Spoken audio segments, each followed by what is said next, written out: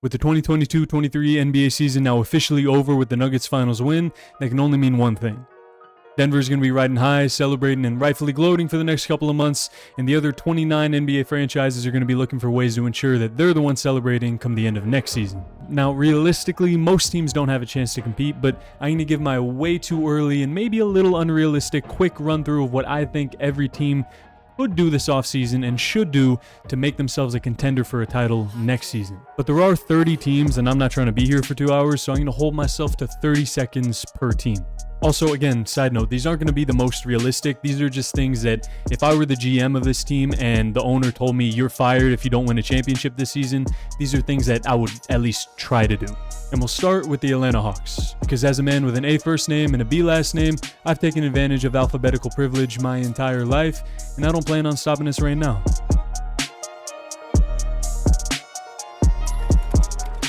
If you're Atlanta, the question is, what can you do to stop yourself from becoming a part of NBA purgatory? The worst place to be as a franchise. Not good enough to make a championship push, but also not bad enough to have a legit shot at a franchise-changing pick in the draft. Trade Dejounte Murray. I know, he just got there, but we've already seen that this pairing of him and Trae Young isn't elite. Package him along the guy you've been teasing with trade rumors for about 2 years now, and go get a guy who can be a true number one, because I don't think Trae Young can be, or a guy that might be able to turn into that. Best bet, Jaylen Brown.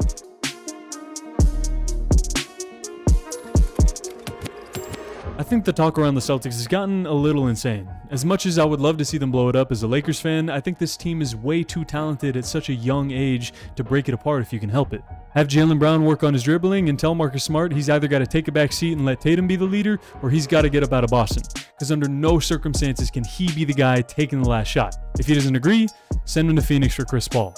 But if the opportunity presents itself to get Damian Lillard for Jaylen Brown, if you're the Celtics, that's something you at least got to consider.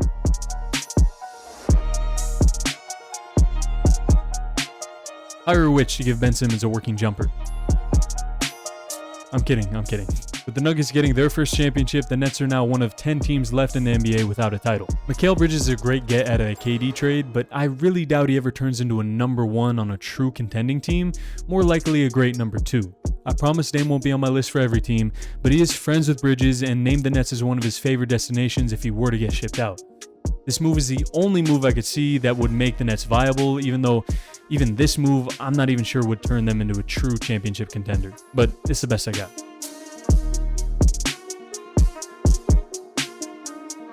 The Hornets have also never won a championship, but at least the Nets have made it to a finals before. The Hornets have not only never made it to a finals, being one of 5 teams to never do that, they're one of 2 teams to never even make a conference finals along with the Pelicans. So what should they do? Tell MJ to sell the team. Okay, you want a real one? Here, I'll give you a real one. Invent the time machine, rig the draft lottery, draft Wembanyama, and hope he's the next coming of Jesus Christ, reincarnated as a 7'4" basketball god, here to spread the word of the Bible through dominating motherfuckers on the court.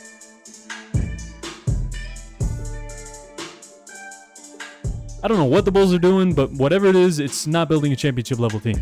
They're stuck in no man's land. They have good but not great players and don't have enough assets to pair alongside a guy like DeRozan or Levine to go get anything life-changing.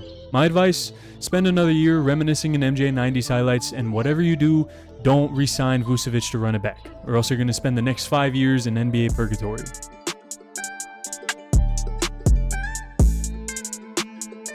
This is a good young team, and the continued improvement of Darius Garland and Evan Mobley is going to continue to propel this team. But I think the game plan going forward has to be playing Evan Mobley as center, which leaves Jarrett Allen as the odd man out. If I were in charge, I would try to trade him for a dynamic 3-and-D wing to keep that defensive identity. Pairing Allen alongside Okoro might be able to accomplish that, maybe by trading for Cam Johnson, or you could just sign Jeremy Grant. Beyond that, just hope that Darius Garland breaks out and takes over as the team's best player, and if that happens, maybe, just maybe, you have something.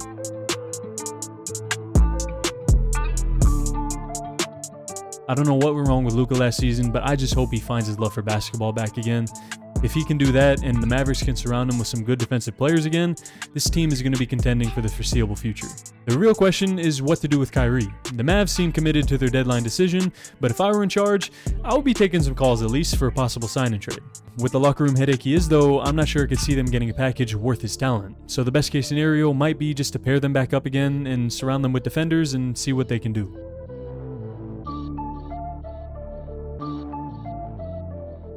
Congratulations, Denver, you finally did it. You finally won a championship. What do you have to do to repeat? Well, all your core players are all under 30 years old and have contracts through the next 2 seasons, so really just protect Nikola Jokic at all costs, and you should be good to be championship favorites come playoff time next year.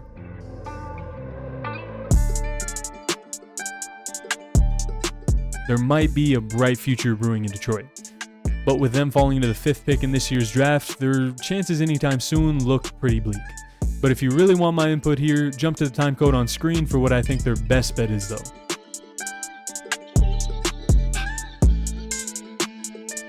If you want a full breakdown of this season for the Warriors, I made a full video that I'll link down below in the description. As for a short answer of what they should do, I'm not really sure what they can do. They're trapped into some pretty bad contracts with an aging Clay and an overpaid Jordan Poole. If I were the new GM coming in, I'd let Jordan Poole get 30 minutes a game, boost that draft stock up from the tanking he's seen from the playoff performance he had, and trick some desperate team into taking that ugly contract he gave him. Get Curry a legit big man and hope he can have another playoff run like he did last year.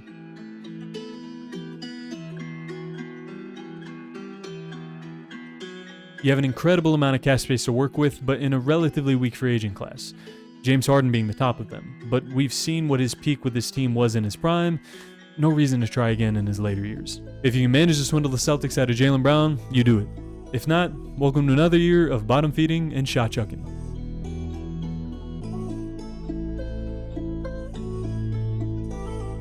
As the kings of NBA purgatory for about a decade now, the Pacers have to do something big to get themselves out of the rut they've been in as a franchise ever since Paul George's leg injury. Acquiring Halliburton was a huge start, but trading for a guy like DeAndre Ayton, say, is probably just enough to make you a playoff team, not a championship caliber one. But with Miles Turner on the way out and Karl Anthony Towns and Pascal Siakam possibly on the market, maybe there's a better way to build for the future. As far as the championship next season though, you better hope Halliburton turns into Magic Johnson.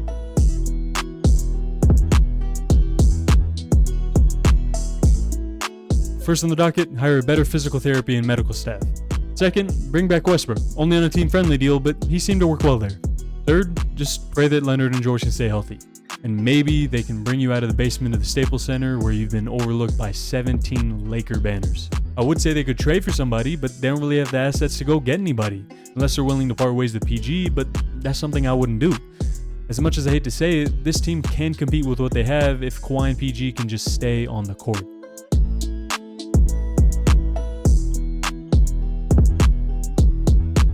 Alright, time for the real LA team.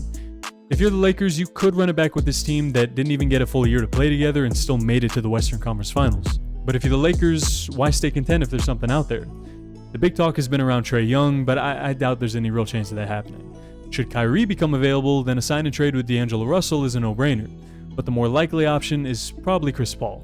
I know how poorly he played against the Nuggets, but I'd rather take my chances with D'Lo than a 38-year-old Chris Paul.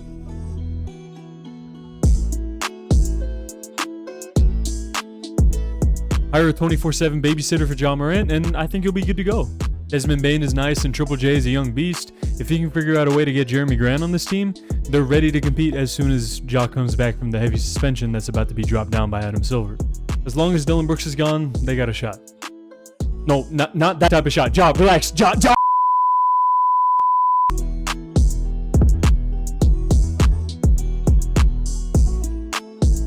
Congrats on one of the greatest finals runs in the history of the NBA. It was entertaining, but it's not happening again.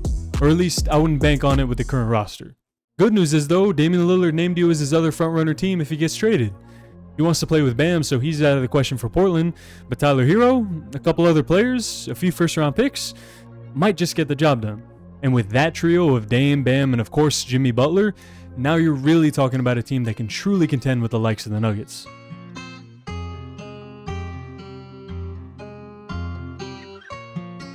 The Bucks have managed to dodge some embarrassment from losing to an 8 seed in the first round after the Heat pushed their way all the way to the finals, but that doesn't change the fact that major changes need to happen if they want to bring another championship to Milwaukee. Giannis is still one of the best players in the league, but with signing back Brook Lopez looking like a long shot, where does this team go to improve? I'll link my full breakdown of their loss in the first round down in the description also, but I put a lot of the blame on Drew Holiday. But I think if you can pair a shooter alongside him at shooting guard, I think this team will be fine to contend again.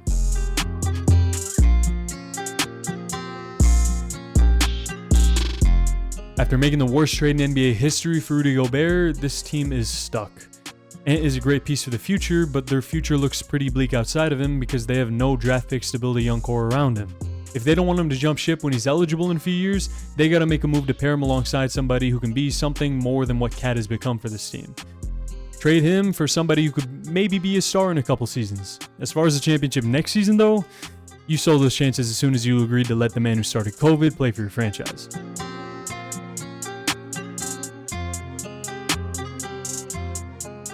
When Zion's healthy, the Pelicans legitimately play like one of the best teams in the league. He's just never healthy. Zion's missed 214 of 328 possible games, not even including the playoffs. This whole off-court situation on Twitter obviously doesn't help, but if he can just manage his diet and lose some weight, he's going to have a much easier time staying healthy. And if he can do that, and they add some shooting, the Pelicans could be a dark horse pick for a finals run. But the likelihood is Zion can't stay healthy. In which case, just pack it up and move to Vegas. Maybe you can attract a superstar out there.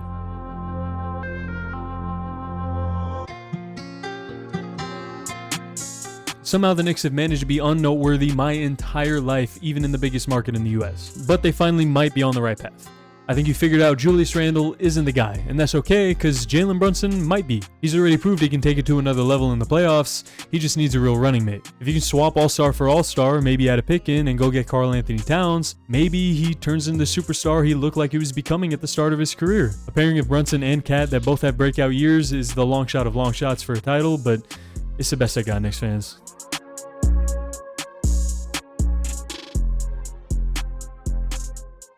With a first-team All-NBA point guard, you'd think this team is just one piece away. But this team is full of young talent and there's no reason to mess with the path that they're already headed on. But since this is a video about building a championship team for next season, they do have an insane amount of assets. If the Raptors do plan on blowing it up, Pascal Siakam would be a nice target. Maybe add Brook Lopez in free agency. If Shea continues to break out into a top 10 player in the league, they could just pull it off. Let's just hope the people of OKC actually show up to watch next year.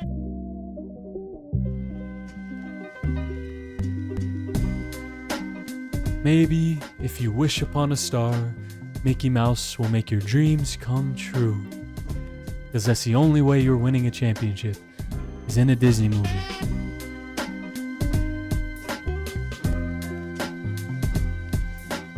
At the start of the playoffs, the Sixers were my pick to win the title this year. Obviously, I was very wrong.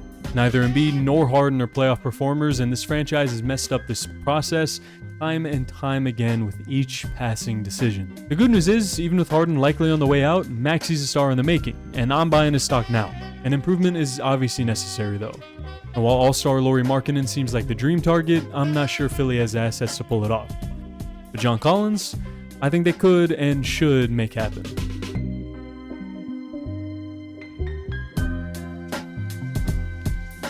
Why they fired Monty Williams, I don't know. If you want more on that and a deeper breakdown, where I actually predicted them cutting Chris Paul, I'll link another video down in the description. But otherwise, this team with KD and Booker are set up to be title favorites for the next few years to come. Vogel is a solid hire, and if they can manage to deepen the squad, they have a real shot next season to bring a championship to the Valley for the first time. My path to that, trade Ayton, because obviously it's not working out, for Van Fleet and another center from the Raptors, or to the Pacers for Miles Turner and Buddy Hield.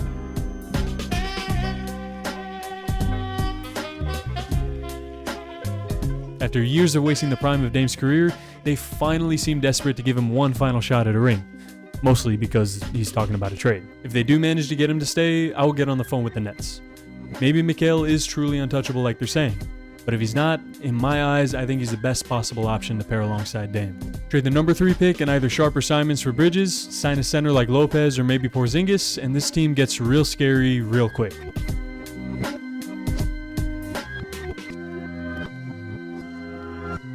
The Kings finally broke what was the longest playoff drought in NBA history. Sure, they fell in the first round, but surely this has to be a promising team of the future, right? I'm not so sure. Sacramento to me feels like they're going to become what the Raptors were before Kawhi got there. Always good, never great. If this team wants any chance, they need to replace Harrison Barnes with some young talent in free agency. And just pray that some superstar demands a trade at the trade deadline and go get him with that young asset. And if that doesn't happen, buy a second beam.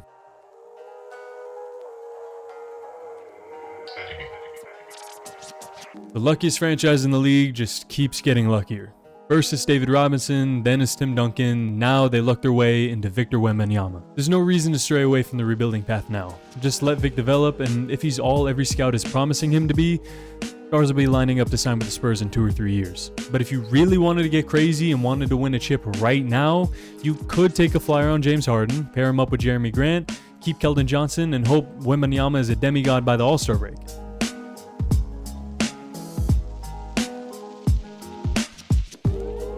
At this point, the rebuild should fully be on. You have a bunch of solid but not superstar level players. But if, for whatever reason, Toronto was dead set about competing next season, the only thing that I could think of to give them a chance at that is you would have to swap out OG and Barnes for Jaylen Brown. And then hope that Jalen's growth has been getting stunted in Boston and he's the true superstar, not Tatum. Good luck with that.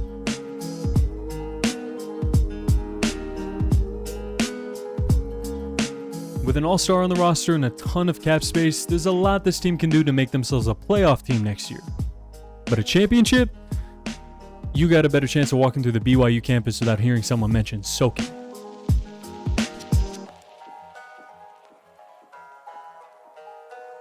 The Wizards seem content to be a team that just misses out on the playoffs every year for the next 10 years with the moves they make, but if they ever do want to be a serious franchise, they have the assets like Kuzma and Porzingis that they could sign and trade, whose values are at an all-time high.